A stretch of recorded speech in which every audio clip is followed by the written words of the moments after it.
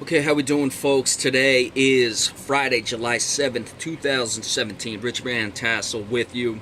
This came across not long ago, doing the video for it now. Not really a surprise. The Celtics have traded Avery Bradley as well as a second-round pick to the Detroit Pistons for Marcus Morris coming back, the power forward.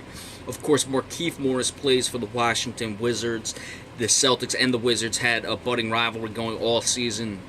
Things heated up in the playoffs, and certainly Markieff Morris was a part of that, one of the key players in that regard. So we'll see what happens now with that rivalry moving forward, and now twin brothers going on both teams. But that's another topic for another day.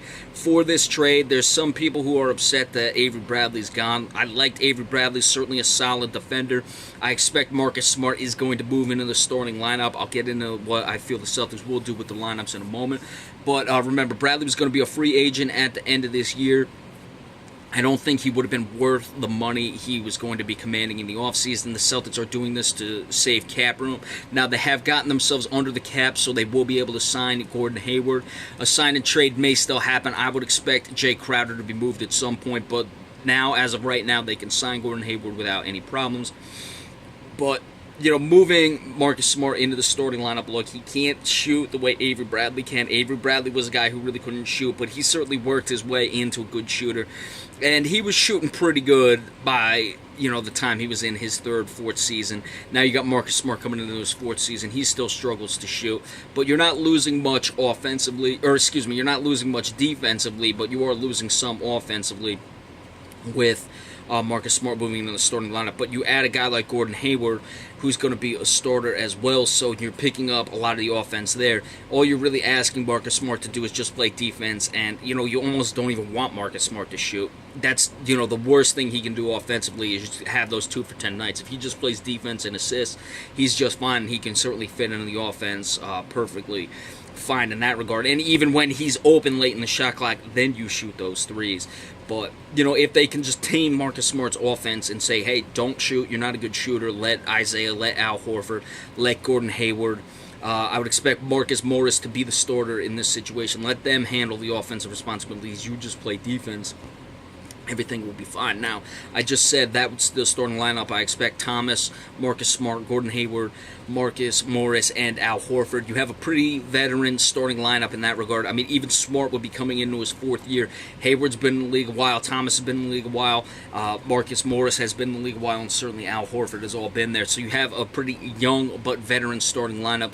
Now, you'll be moving Jaylen Brown and Jason Tatum into the second unit. When those guys come in, you can have an explosive second unit.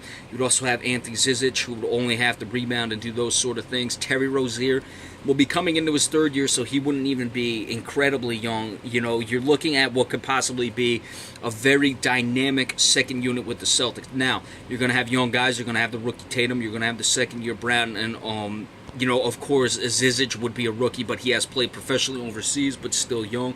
Yabusele could potentially be in that second unit. So you're looking at a young that could be very dynamic, but also a second unit that could struggle at times just because they don't have the experience.